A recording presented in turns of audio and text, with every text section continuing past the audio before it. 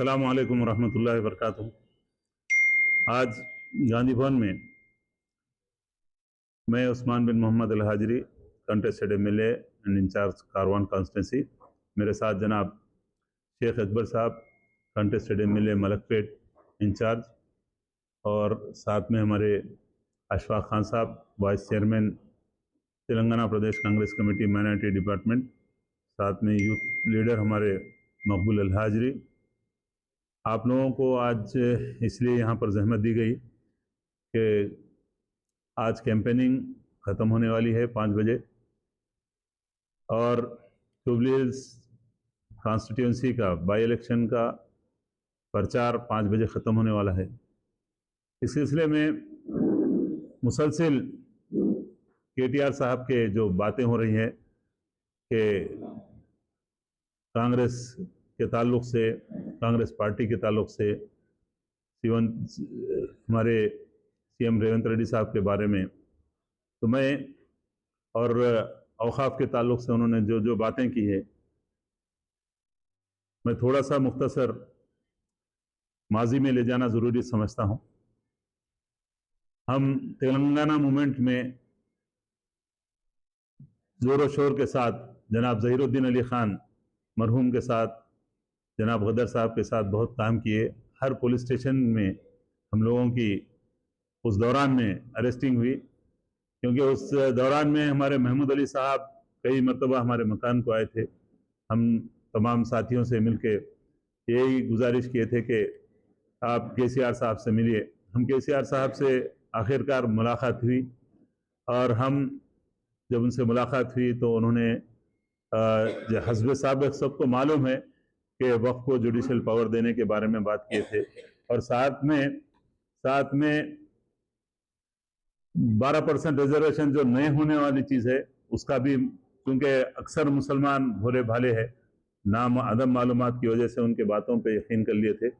हम वक्फ के वास्ते उनका साथ दिए थे, और उन्होंने ये कहा था कि दरगाह हुसैन शाह वली रहमतुल्लाह अलैह की ज़मीन को असम्बली में बारहा उन्होंने बयान दिया सवाल जवाब में। जब सेशन हुआ उसमें उनका बयान सबके सामने है, अवाम अभी नहीं भूली। मैं चूंकि असम्बली के ये बयान की ये वीडियो मैं आपको उन्हीं की वीडियो दिखाना चाह रहा हूँ। आप लोग प्लीज इस सिलसिले में देखिए कि किस तरह से मुसलमानों को धोखा दिया गया। इस सिलसिले में ये देख सकते हैं। कन्वेंशन सेंटर भी बनाने की आपने जो बात कही, मैं बिल्कुल सहमत हूँ। उसके लिए जितना भी रकम चाहिए मैं सैंक्शन करने के लिए तैयार हूँ।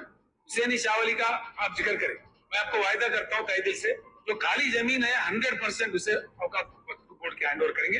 एक कानून, एक बिल लाएंगे हमारे वक्फ बोर्ड को जुडिशियल दर्जा, ताकि वो खुद एक्शन ले सके, मजिस्ट्रियल पावर्स उनको देने का भी मैं आपको वायदा करता हूँ। एक फर्स्ट क्लास कन्वेंशन सेंटर भी बनाने की आपने जो बात कही, मैं बिल्कुल सहमत हूँ। उसके लिए जितना भी रकम चाहिए मैं सैंक्शन करने के लिए तैयार हूँ। हुसैन शाह वली का आप जिक्र करें, मैं आपको वायदा करता हूँ तहे दिल से, जो खाली जमीन है 100% उसे वक्फ बोर्ड के हैंड ओवर करेंगे। एक कानून, एक बिल लाएंगे हमारे वक्फ बोर्ड को जुडिशियल दर्जा, ताकि वो खुद एक्शन ले सके, मजिस्ट्रियल पावर्स। ये सबूत है किसी की बोली हुई, किसी के सुनी हुई, उन्हीं के केसीआर साहब की खुद ये बातें हैं जो असेंबली में एक नहीं एक से ज्यादा कई मरतबा उन्होंने असेंबली में स्टेटमेंट दिए थे, अपना बयान दिए थे। और इलेक्शन ये बीआरएस हुकूमत में आने से पहले आपको हुसैन शाह वली रहमतुल्लाह अलैह का थोड़ा सा माजी के बहुत जरूरी समझता हूं कि दरगाह हुसैन शाह वली रहमतुल्लाह अलैह की 1654 एकड़ जमीन का केस सबसे पहले अगर किसी ने डाला, मुकदमा दायर किए, वो टीआरएस लीडर मरहूम हबीब अब्दुल रहमान अल अत्ताश साहब थे। ये आपको दोबारा याद दिलाना जरूरी समझ रहा हूं मैं हमारे टीआरएस में बीआरएस में काम करने वाले भाइयों से कि धोखा कौन दे रहे हैं। हबीब अब्दुल रहमान अल अत्ताश साहब, उनके जरिए से केसीआर साहब केस दिलाए, सूट फाइल हुई, वक्फ ट्रिब्यूनल में वो वक्फ बोर्ड के हक में फैसला हुआ। मैं बीआरएस वाले भाइयों से, बिलखुसूस अक़लियती भाइयों से मैं गुजारिश कर रहा हूं,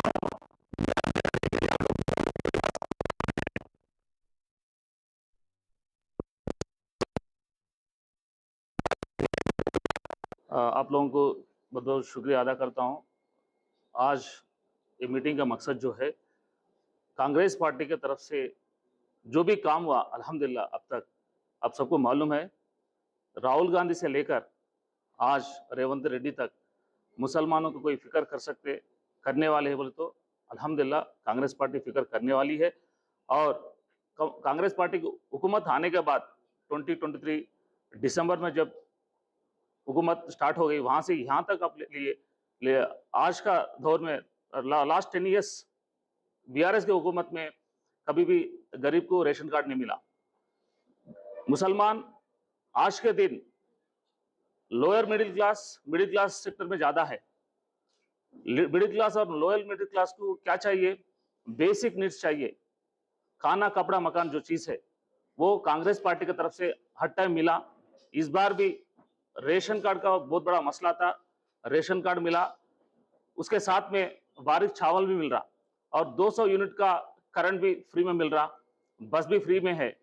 इंशाअल्लाह ताला जो भी वादे करे कांग्रेस पार्टी की तरफ से 100% रेवंत रेड्डी साहब ने पूरे करने वाले हैं। हमारे पास और 3 साल का टाइम है, डेफिनेटली जो भी वादे करे कांग्रेस पार्टी की तरफ से इंशाअल्लाह ताला डेफिनेटली करेंगे।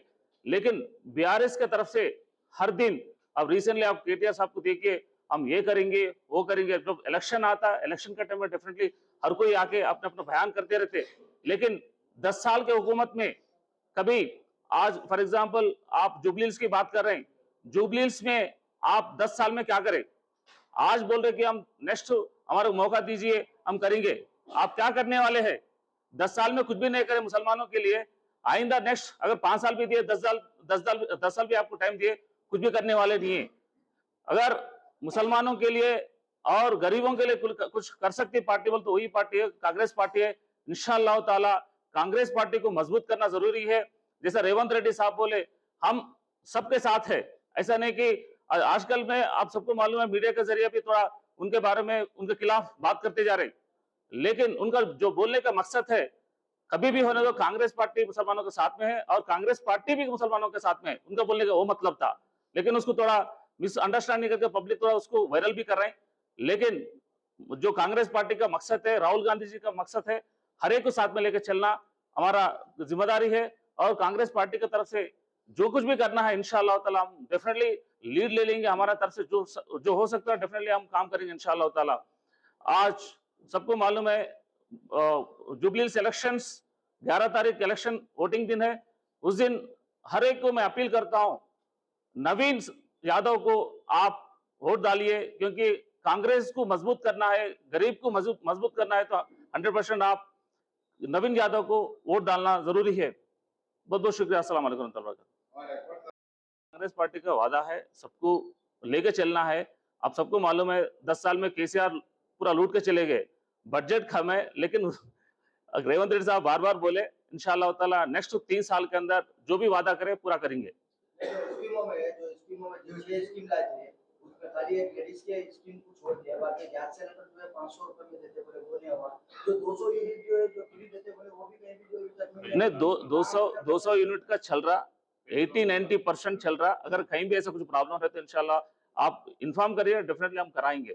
और आप जो बोल रहे गैस सिलेंडर का भी अच्छा चल रहा, बारीक चावल भी मिल रहा, अभी इंशाल्लाह धीरे धीरे सब कुछ हम करेंगे। बिल्कुल बिल्कुल, जो वादा करें इंशाअल्लाह ताला धीरे धीरे 1 बाय 1 करेंगे। अब जैसे फॉर एग्जाम्पल शादी मुबारक, जितने भी पुराने जो स्कीम्स है, एग्जिस्टिंग स्कीम्स पूरा कंटिन्यू हो रहे और उसके साथ में नया शुरू करें हम लोग। फॉर एग्जाम्पल आप जी नहीं, जो भी मसला है इंशाअल्लाह ताला जल्दी से जल्द हम कंप्लीट करेंगे। अब पुराने जितने भी स्कीमा है, आपको फॉर एग्जाम्पल पेंशन है, पेंशन जारी रह रहा, at the same time additional जो देने वाले हैं हम इंशाल्लाह दे देंगे। और उसके साथ में खजाना तो खाली हो गया, सबको मालूम है। फॉर एग्जाम्पल आप वेल्थ क्रिएशन बोल रहे थे, पूरा तेलंगाना को पूरा मार्टगेज रख के उन्होंने पैसे उठा के अपना अपना हिसाब से बांट दिए, सो है बस तेलंगाना को लूटी करे, सो है। अब तक अल्हम्दुलिल्लाह पूरा क्लियर हो गया। अगर कुछ भी क्लियर अगर नहीं है, ऐसा कुछ नहीं है मसला, 100% हम सीएम के साथ डिस्कस करेंगे, डेफिनेटली उस मसले को हल्का करेंगे। तो मसला है टिकट का, छोटा मोटा चीज है, वो बढ़ाना पड़ता, चलते रहता। वैसा कुछ भी है जो भी समझो। घेर के रखे उनके खिलाफ कार्रवाई होंगी भाई, छोड़ने वाले नहीं। मैं कहता हूँ आप चलिए मेरे साथ, चलिए साहब।